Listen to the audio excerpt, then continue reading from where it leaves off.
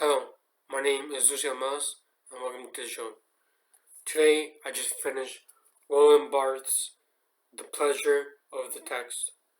In this work, Barthes asks what goes on inside the reader when we read a text, whether it is for pleasure, for meaning, or for other motivations that might inspire us to read a text.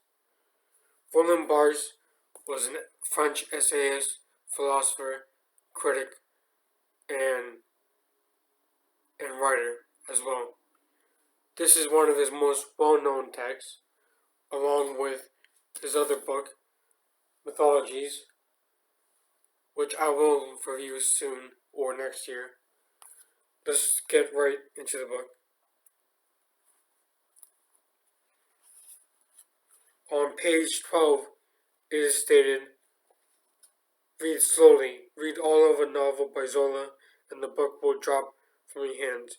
Read fast, in snatches, some are in text, and it becomes opaque, inaccessible to your pleasure. You want something to happen, and nothing does. For what happens to the language does not happen to the discourse.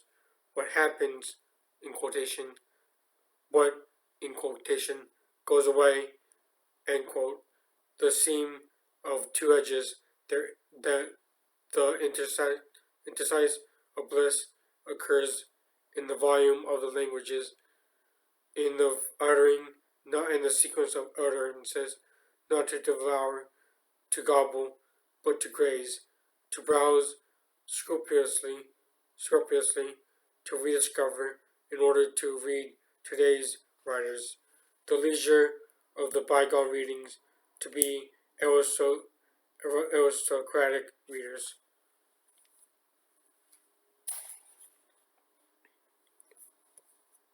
I do admit that I read fast, a bit too fast, and sometimes I miss the importance of a quote, all for the end goal in mind, which is to have finished a book or to have the experience of finishing a difficult work, say Gravity's Rainbow or The Temptation of St. Anthony by Gustave Flaubert.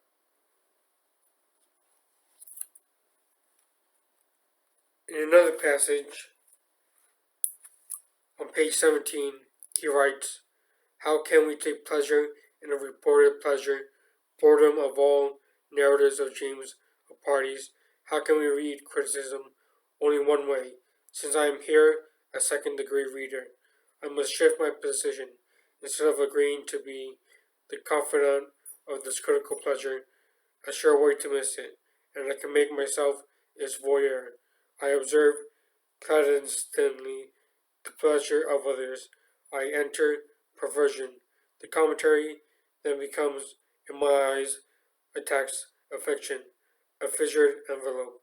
The writer's perversity, his pleasure in writing, is without function, the doubled, the tripled, the infinite perversity of the critic and of his reader.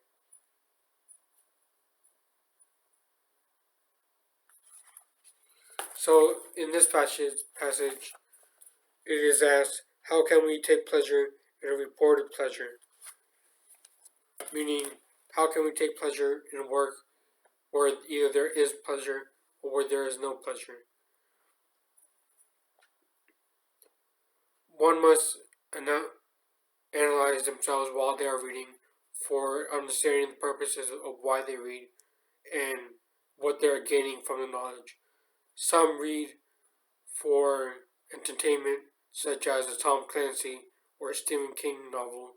Some read for meaning, as for Viktor Frankl or Freud or Young students.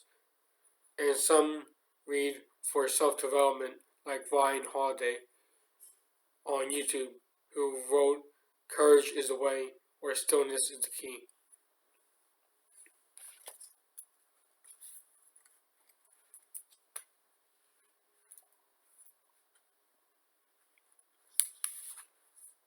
And on page 30, it says, how can a text which consists of language be outside languages? How exteriorize the world's jargon without taking refuge in an ultimate jargon, wherein the others would simply be reported, recited. As soon as I name, I am named. Caught in the rivalry of names, how can the text get itself out of the war of fiction of sociolex? By a gradual labor of extenuation. First, the text liquidates all meta language,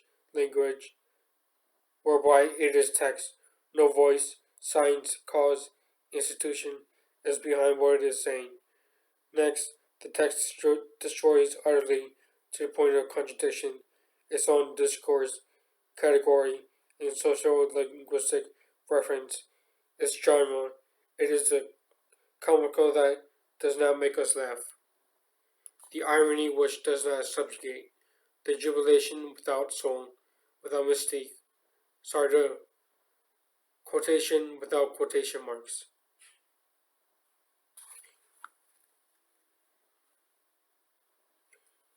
So the question of this passage is, how can a text be cited or referenced without citation of itself or without language of itself?